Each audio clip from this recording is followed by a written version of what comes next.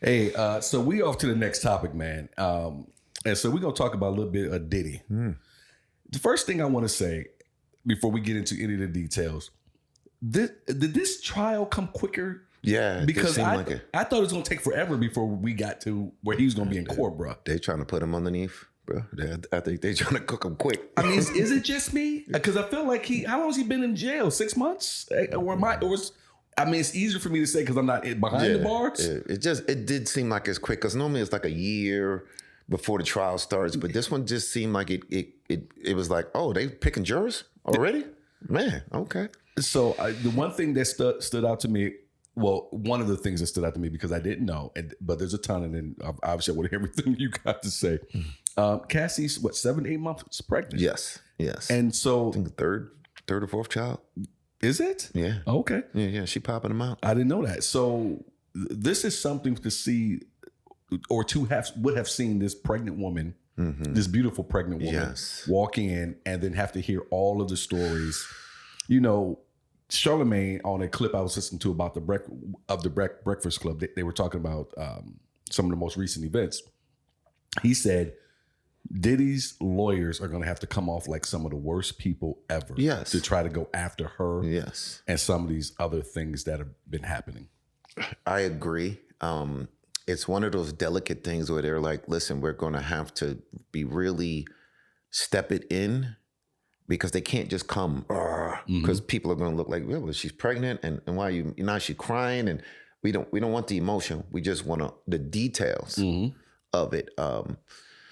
Just like if you see enough court stuff, you'll see how people do it right and how people do it wrong. Immediately wrong, you'll be like, ooh, that was kind of rough.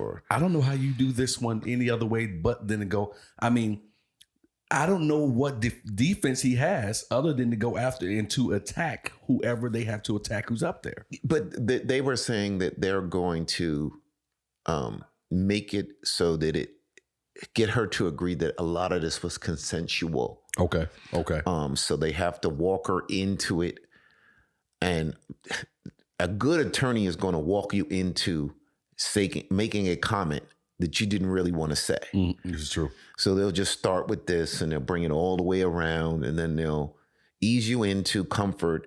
And then, because if you come at me aggressive, I'm going to be aggressive back. Well, you're making a good point because Lorna LaRosa, who is the news individual, handles whatever the news of the day is. I don't know what title she would have for this. For the Breakfast Club? Or she has her own little segment. She does have her own segment. Yeah, I wasn't sure what title that she's carrying now. But she did say, and they got into a discussion because I guess it did come up that Cassie at one point said that Diddy had SA'd her at one point. Yes. But then at another point, she went back out with him again, and they had relations, consensual. Yes. And so the discussion has been with some folks, how could you go back and be with him if he SA'd you?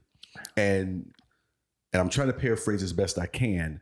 Cassie's reasoning was, I was in love with him, and I was with him for a lot of years. And when you're in love, you look past things at that moment in time. Now, Lorna's thought process as a woman said, there's no way I could do that. But my thought process was she said that, you don't know that. Yes. It's just like divorce, or if somebody did this, I would divorce them. You don't know until you're in that situation. Yes. But it's hard for me to understand that. I think I was watching one of the news people, and it was like, if it was a janitor and he was making $50,000, would you have stayed for him? But because of the lifestyle and the luxury, at some point she said, I didn't want anybody else to be in my position. And I was afraid of losing him to somebody else. Right. So you overlook some stuff because he was a multi, and you got to go here and you got to go here. So you overlook some things. Right. Which is, I think, part of the defense of what they're trying to say is that,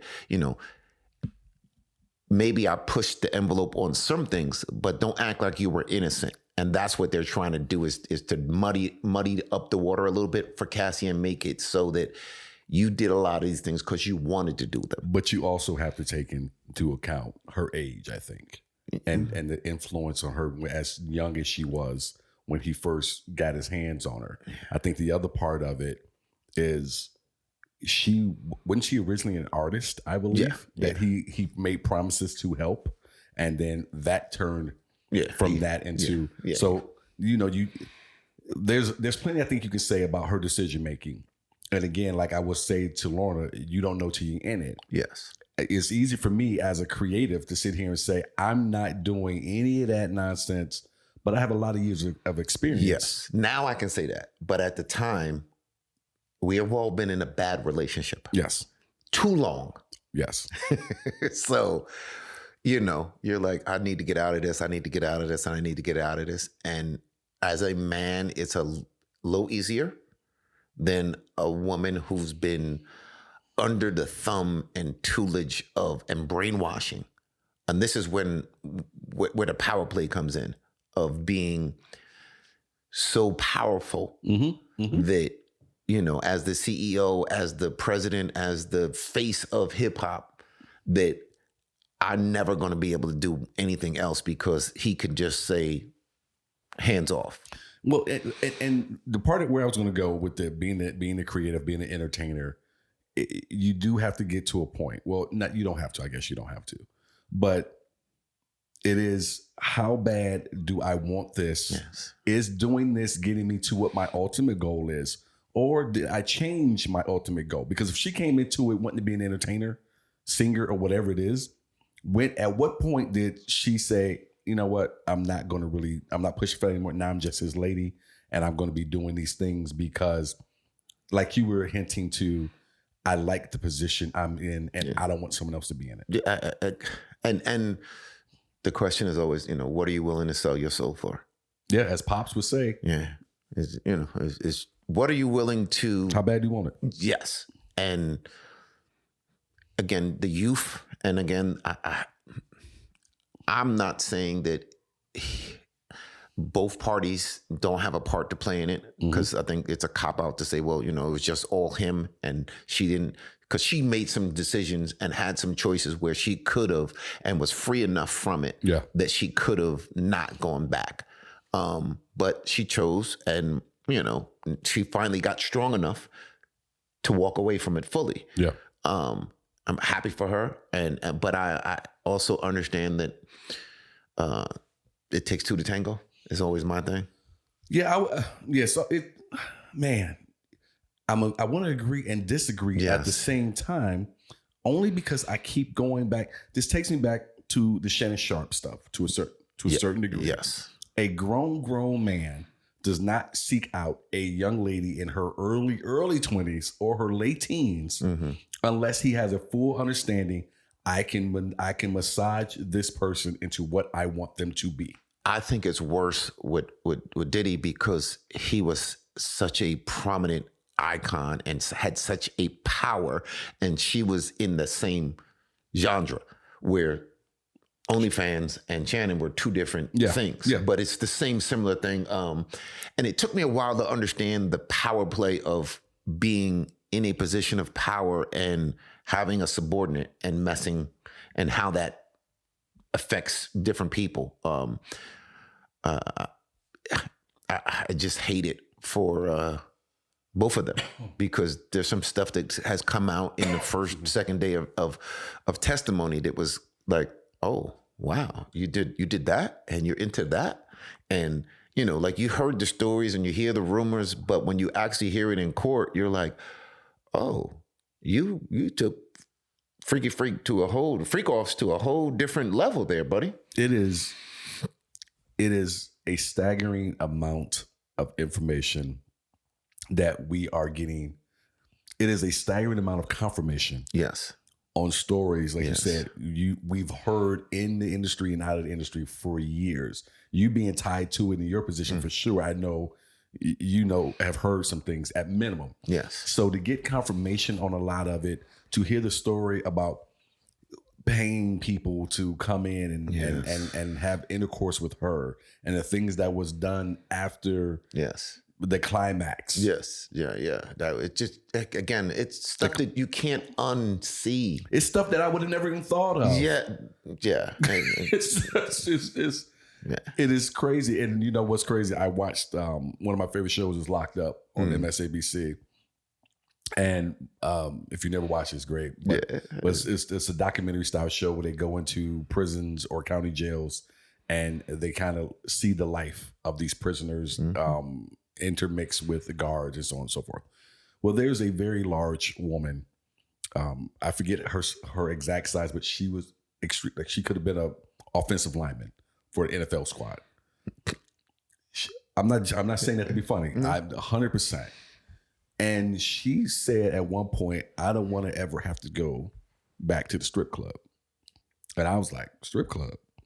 But once she started explaining where she was at in the level of at the strip club, like she was the thing that people like to do, that fantasy. Yeah. That was their thing, like shoe fetish or hand fetish. Thank you. That's what I was looking for. The fetish.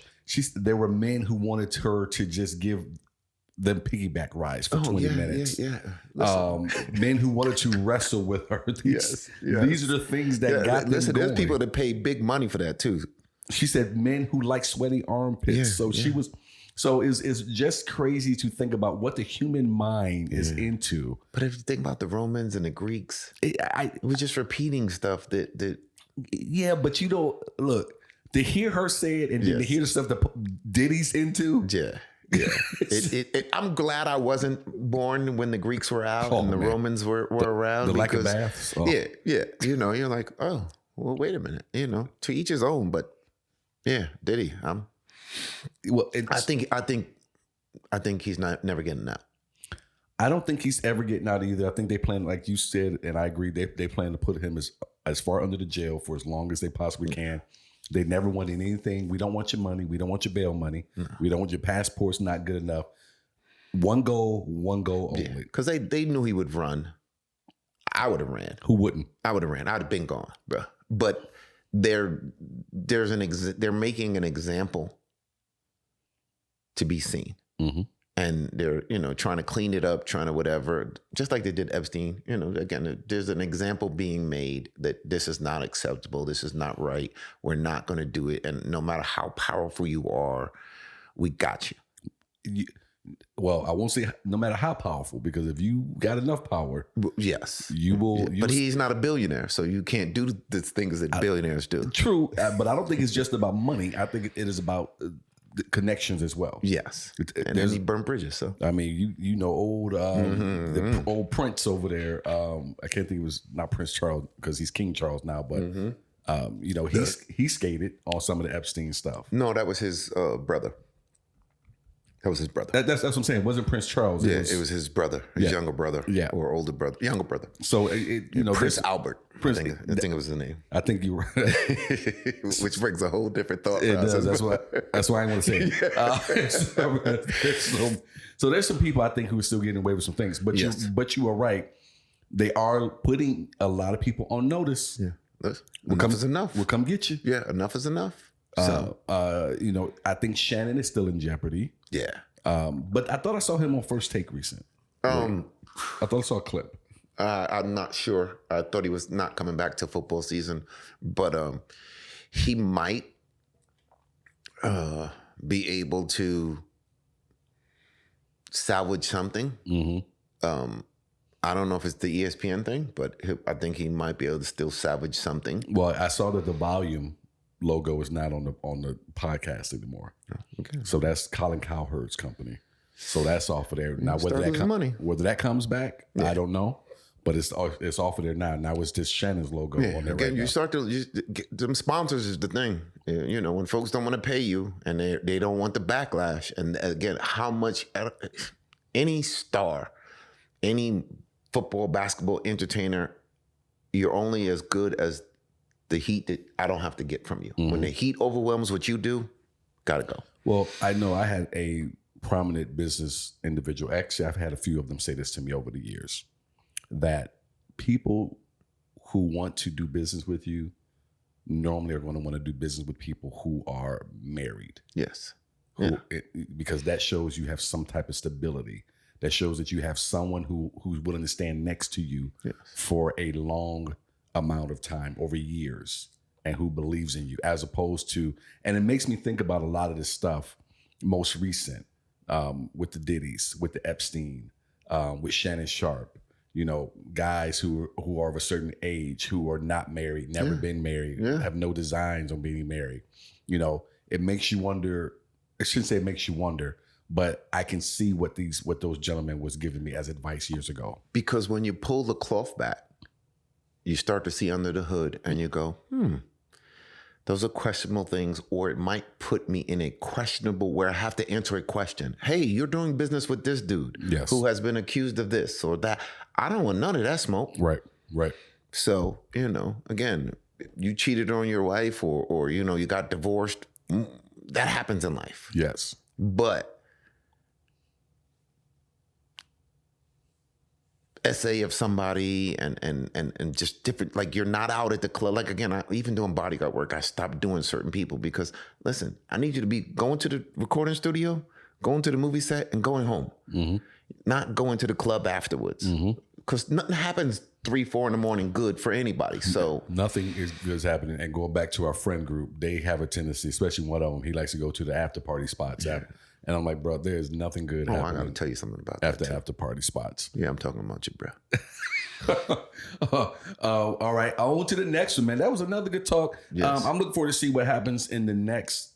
Next couple of weeks. The next couple of weeks, because it's only going to be maybe 2 weeks max. It got here quick, and it seems to be moving quick. We are already in the day 3 of this thing, so I'm looking forward to seeing. Can't be but 2 more weeks before they start to go to the jury. And did you see his hair now? Bruh. Ooh, when you can't use the Grecian formula and the stress get on you, bruh. Look, I'm not even knocking him for it because I thought, because he's not that old. That's the first thing I thought. I said, but you know what? I'm not, when you locked up in a cell and you don't know if you ever getting out. You think this is great, bro. When you think you got it all going right and you can't be touched, and as you like to say, anybody can be touched, and they show OJ. you, right, and they show you we can touch you, that changes all of your stress levels. When you're used to plush pillows and people waking you up and cooking for you, and you gotta, you in a 6x9. I couldn't imagine going from how we live now to having to be in a 6x9 every day, let alone how he was living. Going to a 6x9. I used to do prison ministry. I used to tell them dudes, man, that clock, the cell closing, I was like, bro, I didn't like it when I was on that side. I definitely don't like it on this side. And I can go home. Yeah. I was like, I don't know why y'all keep repeating this, man. This drive me insane right here. That is a great point because I got picked up on a ticket that I didn't pay, and I had to go and get into the holding cell before someone came and bailed me out. And when they shut that gate, it feels like forever.